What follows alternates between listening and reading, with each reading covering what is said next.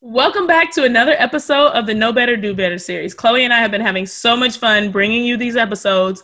We've got a few more left, and today is going to be full of all kinds of fun stuff. So, as you know, at the top of every episode, we do a series called Trends, Taxes, and Tea, where we're sharing with you either the latest trends on how to save more and pay less, or we share some current event that has to do with money. Today's trends, taxes, and tea. I mean, Chloe's really good at coming up with these. I'm not even going to tell you guys a lie. She does it every single week. She finds all the goodies. So Chloe, take it away. Thank you, Lauren. Yeah, I'm probably really good at this because I spend way too much time on social media. but yeah, so this last week, a TikToker recently decided to casually make a scam coin online. And scam coin stands for Simple, Cool, Automatic Money. And so he created this online just out of thin air and didn't advertise it. And it reached about $70 million market cap within an hour. What? So, yes. In 60 minutes. Wait, so what is market cap for those who are listening and have no idea what that means? Yeah, that's basically just the size, like essentially the size of an investment. And so yeah, it reached the 70 million in an hour. Within 10 minutes, it reached 6.6 million. So yeah. So somebody literally woke up one morning and was like, I'm going to create something called scam coin. But you're saying it's not in fact a scam. It's just something legit. Yeah, it's a cryptocurrency he created it he created it, so he made it up. So I wouldn't say it's legitimate, but yeah, he created the scam coin and people just started investing in it. And so he posted a video. The reason why it was so well known, he posted a video on TikTok and it was uploaded to Twitter. And he was like, "Hey guys, I just created this little Bitcoin, over here, and didn't advertise it, and see how much it's worth." And he was himself in disbelief. Yeah. But are these people able to cash out on what they put in, or is this completely money that was thrown into a black hole and it's all going to be lost? Well, yeah. So that's debatable because as you know, a lot of this activity helps to drive the price up, and so at some point people have to get their money back out of the investment. If everybody tries to get out at the same time, of course, then that's when things kind of crash. But yeah, I mean, similar to like the GameStop phenomenon that happened earlier this year. But yeah, I mean, the bottom line here is that dozens of cryptocurrencies are launched each month.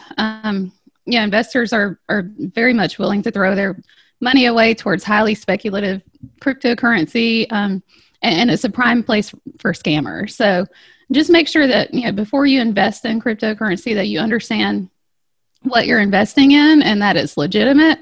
And just try not to chase returns. Otherwise, you can get burned. And that's a great segue to our topic today, investing. So in case you couldn't tell from what we were talking about as it pertains to trends, taxes, and teas, that is what we're going to be talking. And this is kind of a 101. So many people are interested in investing, but they can't figure out how to get in, where to get in, what they should be investing in, all these little things. And it gets a little bit overwhelming. So people either do nothing or they make poor investment decisions. So today we're going to be just covering those basics. And Chloe, I'd like to start with just asking, why is investing important? Yeah, I think investing is important for two major reasons. The first is that it helps your money grow faster than just saving alone. I know when I grew up, I was taught that you should save your money for a rainy day. You should put your money in a savings account. We all learned about probably CDs, and savings accounts growing up. But I didn't learn a lot about investing, and so that's actually a better place for money that you want to have to grow in the long term, and it gives you a better chance of achieving those long-term financial goals.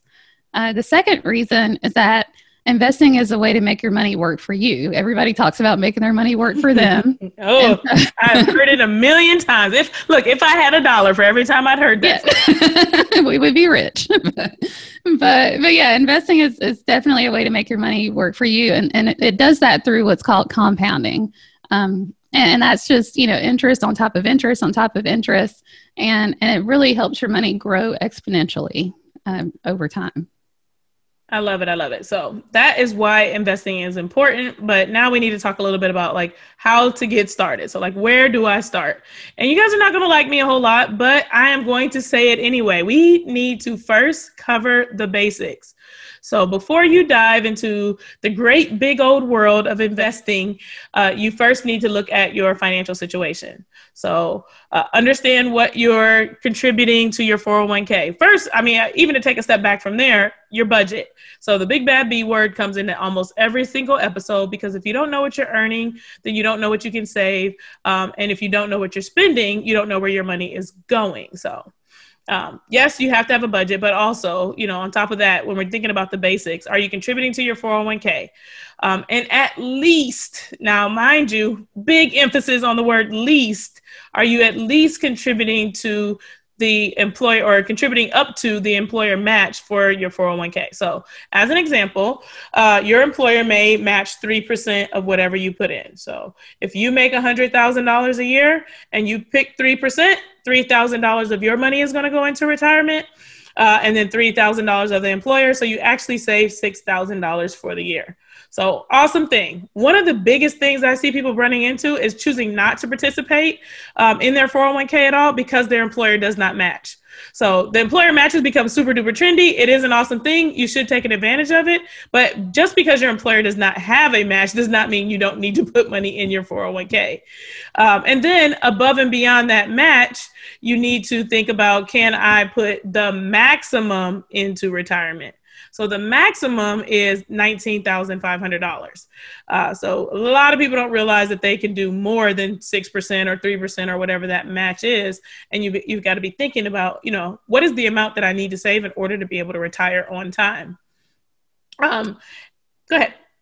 Yeah, definitely. I talk to a lot of people and they're like, oh, I'm maxing out my 401k. And I'm like, how much are you putting in? And they're like, oh, just up to the company match. And I'm like, well, that's not matching. That's not maxing out. Yeah, maxing and matching are not the same thing. And I think there's definitely someone listening who's like, really? We hear it all the time. You are not alone, but it's important to know that, there's two different things. And one is likely not going to get you enough to be able to retire. The other is going to give you a much better chance. And that's the maximum. Also, I wanted to say, as we're thinking about the basics, to make sure you're setting some money aside for a rainy day. Make sure that you don't have credit card debt. So that is high interest rate debt, 23, 29. I've seen some really awful interest rates as it pertains to credit cards. And a lot of people are so eager to get investing that they skip over something that, is giving you a big red flashing sign that says, hey, you're not in good financial health. Deal with me. I'm only going to continue to get worse. I'm compounding in the opposite direction. So please take care of your credit card debt. Make sure that you have an emergency fund of some sort, rainy day fund, hit the fan fund, whatever you want to call it. Some people call it the FU fund. You want to have some dollars set aside should something happen, COVID part 2, and then think about what you want to do. Chloe, what else should we be considering as we think about how to get started?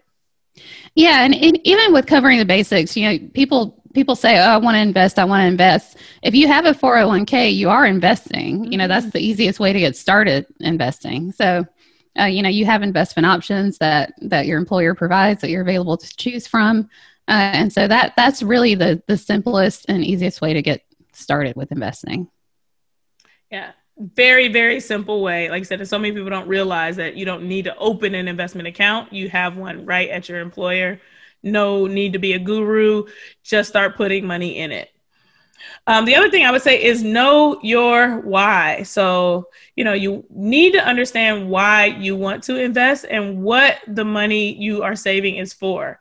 Now, there's two important considerations. So, Chloe, do you want to kind of clue us in on the two things you should be thinking about when we're thinking about knowing our why?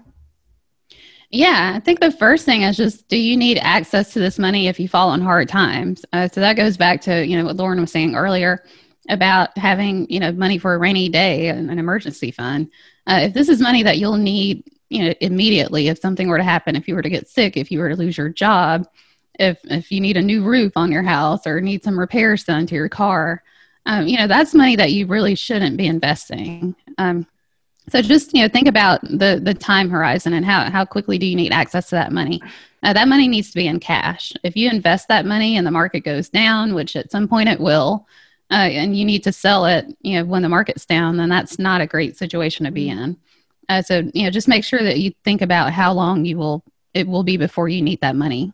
Yeah, I just wanted to circle back to something you said, because, you talked about like purchasing a home. One of the things I hear frequently is people pulling money out of their retirement account to purchase a home. How have you seen that historically play out for people? And, what circumstances is it maybe okay or not okay to pull money from your retirement to take care of a home or to purchase a home?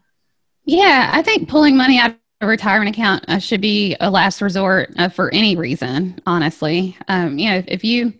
If you're doing the right things, like Lauren said, the big bad B word, budget. If you're budgeting, if you're saving for a rainy day, if you've built a habit of saving on a regular basis, then you should be able to save up enough to put something down on a house. You don't want to pull money from retirement unless you absolutely have to, and it's just, like I said, a last resort, because basically you're just robbing money from your future self, essentially. And that's money. Just think about how much longer you'd have to work, or how many more years you have to add on the back end to work and continue saving to make up for that money that you're taking out today. Yeah, no, I think that's a really good point is, you want the home and you want to have the home. Maybe it becomes urgent for, one reason or another, but, is it worth having the home and retiring 4 or 5 years later? As long as you can, confidently answer yes, then, maybe it's something where you take, but know that you're taking away from something that you admit for the long term. Yeah. And then also just think about in addition to money that you need right away, there's kind of, intermediate type money. So is there money that you might need in the next few years? Let's say you are saving to buy a house or for some goal that's maybe a few years away. That's still money that you should keep, in cash or pretty conservatively invested. And then anything that you'll need, that you're saving for retirement that you probably won't touch for at least 10 plus years, that's the real money that you need to be investing. And so when we talk about, a lot of times, we'll talk about mindset and making sure that, you're in the right mind to invest, and people freak out when the market goes down, or they're like, oh my God, I've lost all this money. You haven't lost anything until you've sold it.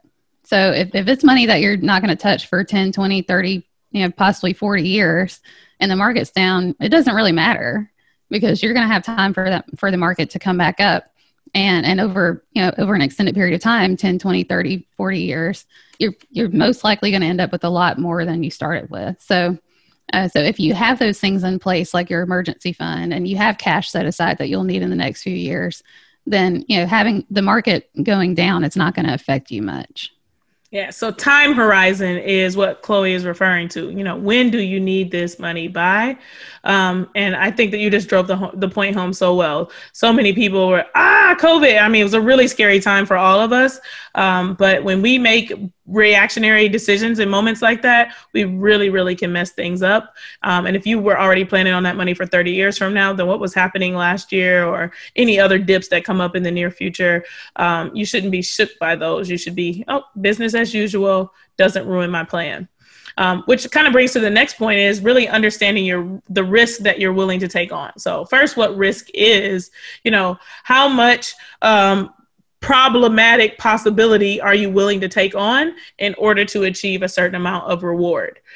So if you're not very much into taking on risk, then you may do something more conservative, and realizing that by you're doing something more conservative, you're probably going to get less reward, and being okay with that, which means you might need to save a little bit more. So somebody may save $300 a month and be very, very risky and end up in the same place as somebody who saved, $500 a month, but was less risky. You can get to the same place. You don't know what's going to happen. And obviously with risk, you could end up, with less money than you started out as. So that's one thing to be considerate of. Chloe, what do you think about risk? Yes, like Lauren said, it's important to understand how much risk you can personally handle, and then also think about how much risk you need to reach your goals. I think a lot of people are lured right now to certain types of investments. We talked about cryptocurrency earlier. People talk about, investing in individual stocks, just different, even rental real estate, just different types of investments. But you should understand, if you're going to invest in something that's super risky, do you need to take on that much risk? Maybe you don't need to because you're saving so much. And you can afford to take like the simpler road, or kind of the middle of the road type investment. And so just understanding, kind of what you're willing to take personally, and then what you need to take, and not taking any more risks than you really need to. Yeah. I mean, and the other thing that's important to know is that all investments have some level of risk. So whether you're, I'm 100% out of the market, I don't want anything to do with the stock market, and you're just going to do real estate. Well, real estate has a risk. We've seen the housing market go upside down. People have had bad landlords, people have had their house catch on fire. You name it, you're taking on risk. Risk is simply that unknown thing that is going to come around the corner, and affect you in some way or another. And so how much of that unknown are you willing to take on in order to gain some potential reward? And even cash and bonds, there's risk associated with that. If you have cash, you have the risk that the inflation is going to grow higher than the cash that you have sitting there, the interest rate on the cash that you're earning. Bonds, they can lose value. So just everything has some level of risk. It's just the type of risk. Yeah, I think that's a good point. Some people are like, I'm just going to stuff it in my mattress. That's kind of the cliche term that we hear. But the idea is that, if you stuff 50 grand in your mattress now and you wait 20 years, your 50 grand is not going to go that far. You might buy 2 loaves of bread with that $50,000, and you're like, oh man, I wish I would have invested to keep up with inflation. So, yeah. The next thing is just keep it simple. So I talk to people all the time, and I'm sure you do, Lauren, that have multiple bank accounts, multiple investment accounts, multiple credit cards. I think the most I've seen is like maybe 10 different bank accounts, like 13 investment accounts, 6 different credit cards. But there's no way that you can have a handle on your finances and manage what's going on in your world if you have that many accounts. And even with investment accounts or bank accounts, if you have accounts at 4 or 5 different institutions, it's just super hard to understand what's going on. So, Leonardo da Vinci said, "Simplicity is the ultimate sophistication." And so, just think about that and make sure that you can manage your finances in a simple way.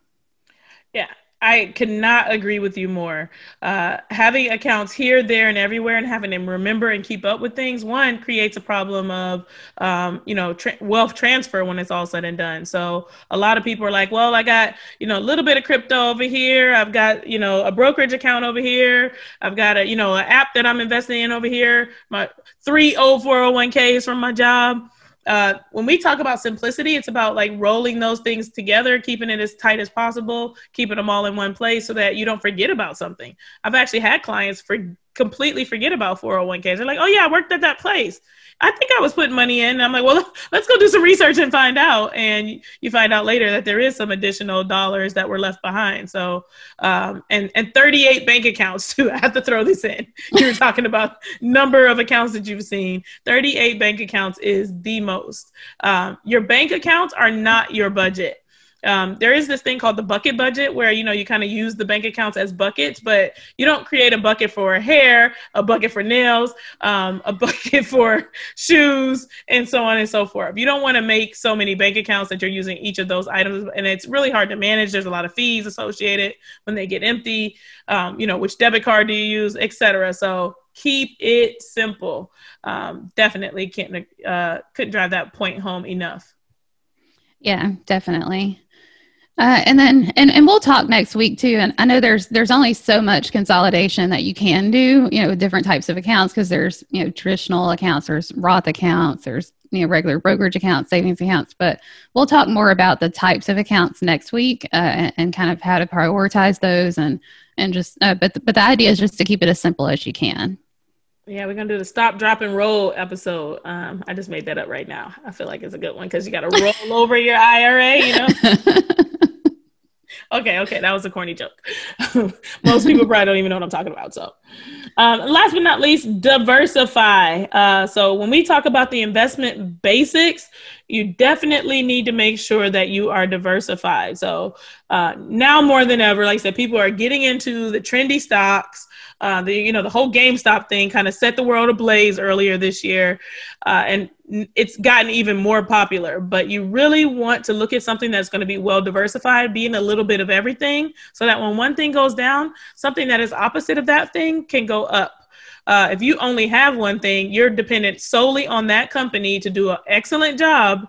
And if they don't, you've lost everything or as much as that company has lost. So be very, very careful about what you choose to invest in. So what do you think of when you think of diversifying, Chloe? Yeah, it's the good old saying, like, don't put all your eggs in one basket. And I working with a lot of tech clients. I see this all the time, where clients have majority of their investments in their company stock. And let's say they switch jobs a few times, they might have 2 or 3 different companies, that they have stock in from previous employers. Mm. And so that's something that's super risky, when you have all of your money into a single company, especially if that company also pays your paycheck.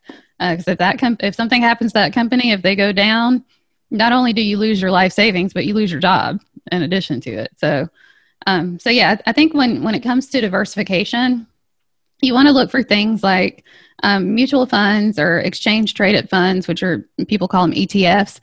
They offer a little bit more diversification than individual stocks. So, for an example, with a mutual fund, it could be a single fund that invests, and a manager manages that fund, and that fund could invest in 100 different stocks. And so they might have different, goals. It could be like a fund with all large companies or all international companies. But that just owning that fund instead of owning an individual stock automatically gives you that level of diversification.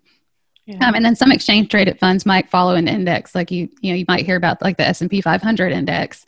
And so you could buy an exchange traded fund that follows that index. And so it kind of mimics, those 500 stocks. So yeah, just, thinking about having some diversification is always good.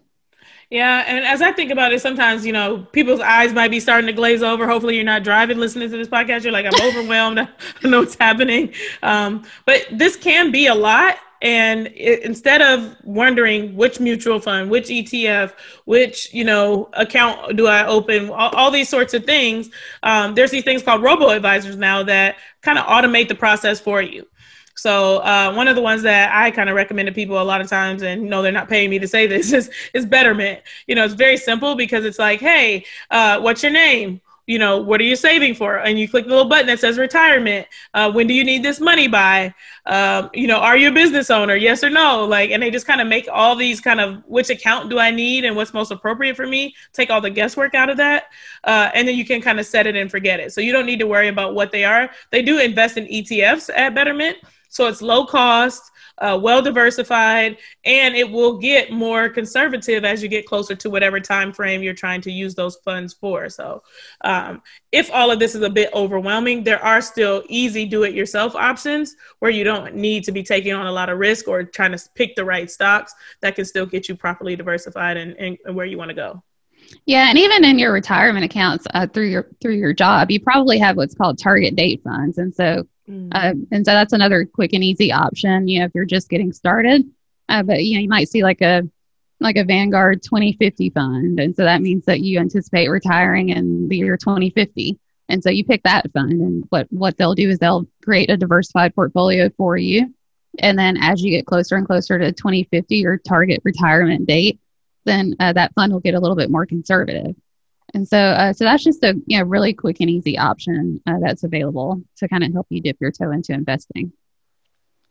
I love it. I love it. I love it. So the last thing we want to really talk about is this idea of public investments versus private investments, because there's some, like I said, misnomers and misinformation out there about what the different types of investment options are that are available to you. So when we say public, we think of things that are traditional, like stocks and bonds. You can purchase on the market through a brokerage account. Like I said, they're in your 401ks, they're these various apps that you're using. They're relatively liquid, so you can easily say like, I don't want to have Apple stock anymore. I'm just going to sell it. And you go ahead and you hit the button, you sell, and you're done. You get your cash back and you can move on with life. And there's a lot more visibility around these different companies so that you can be participating. So like I said, the trendy companies that are out there this year, you know, people are talking about these car companies and tech companies and things like that, and they're investing in them individually.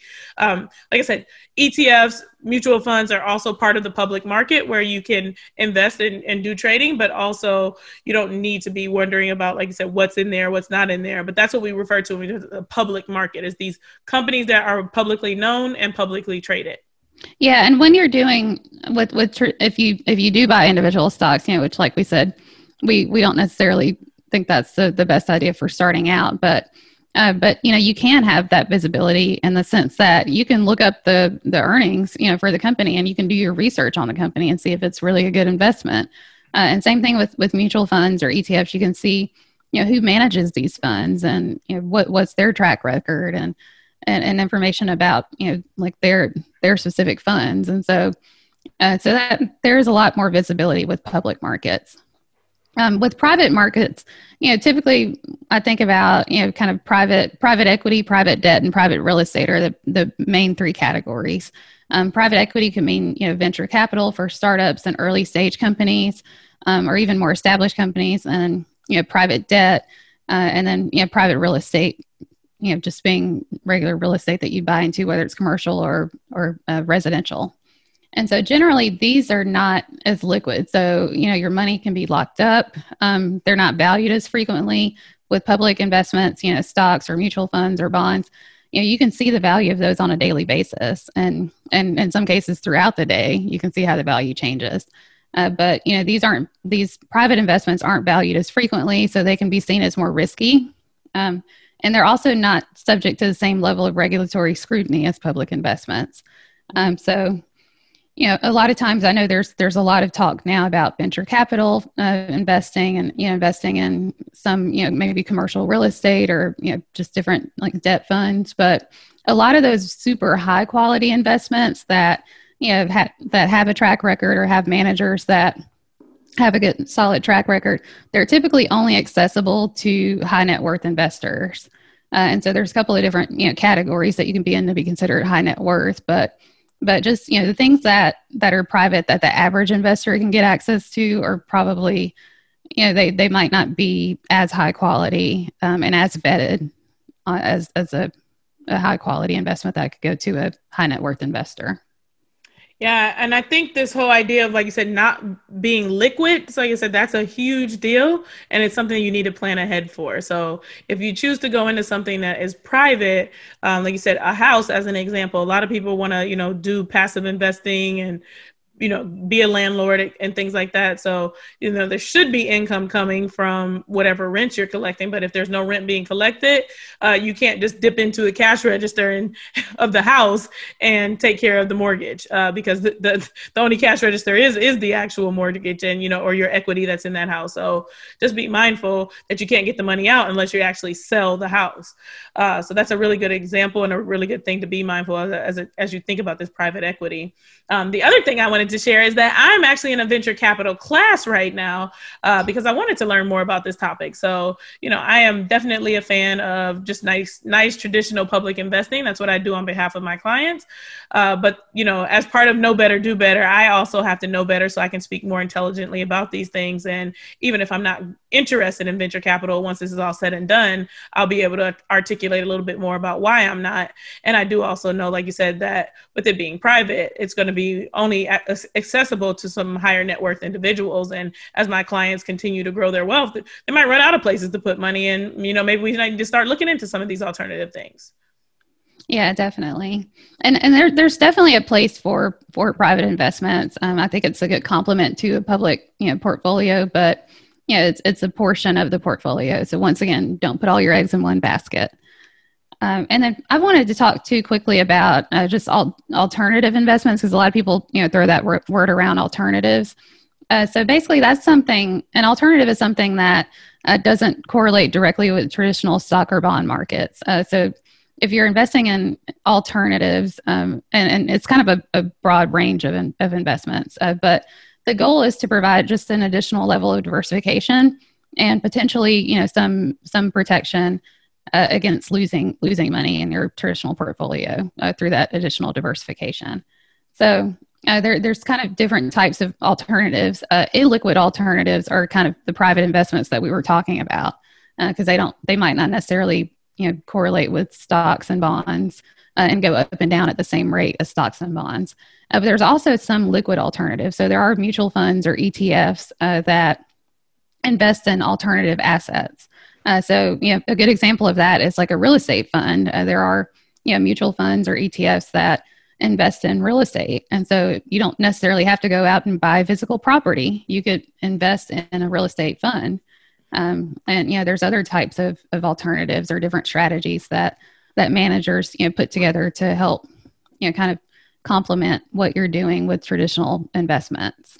Yeah, I talk to my clients about this all the time. The idea that you just said about real estate being something you can buy into without having the hassle of being the landlord, purchasing the home, maintaining the home, selling the home, etc., so on and so forth. So great alternative way to be able to participate in something you're interested in without actually having that, responsibility hanging over your head.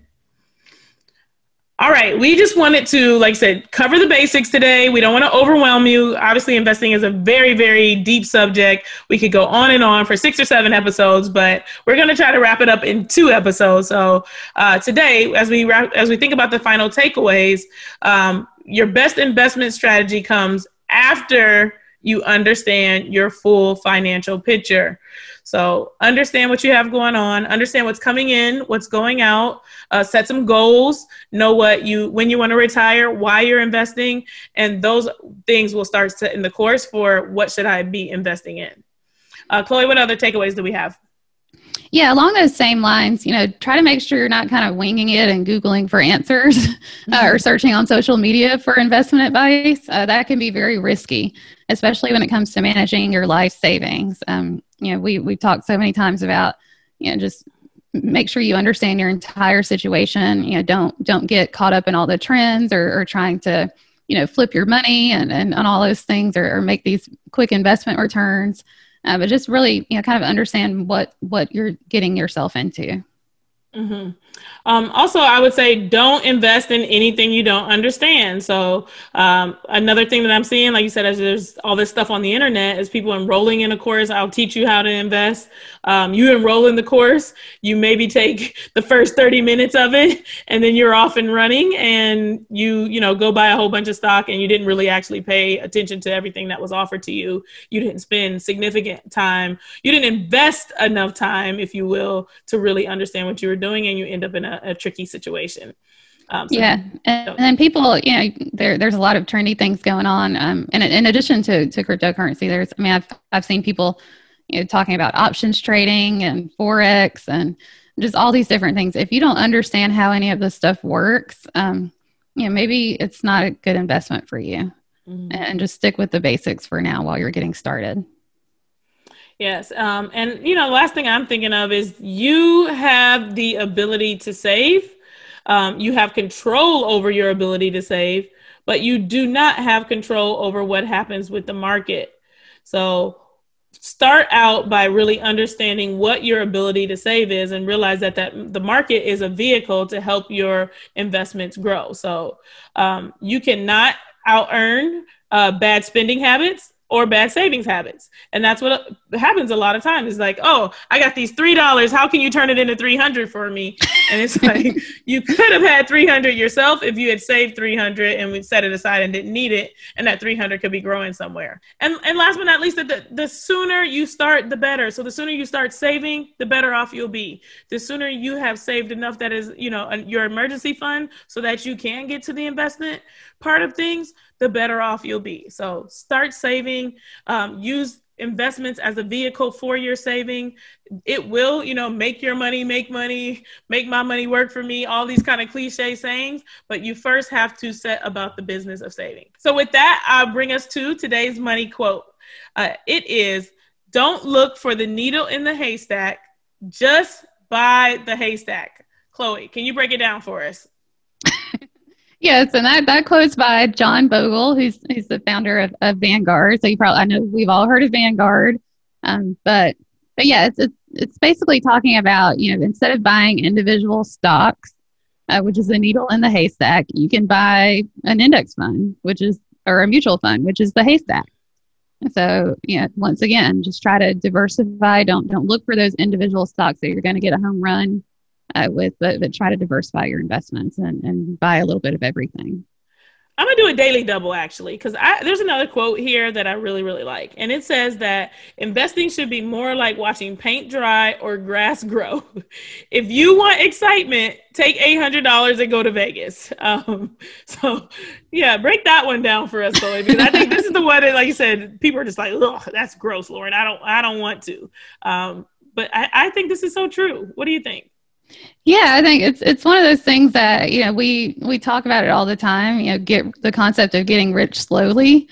When you make fast money, a lot of times it doesn't last, or you tend to lose it pretty quickly because you haven't invested those habits that it takes to really maintain that, that money that you've made.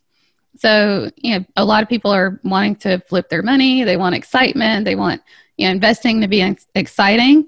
But excitement is gambling, which is, like this guy says, going to Vegas, or, trading on your favorite investing app with individual stocks.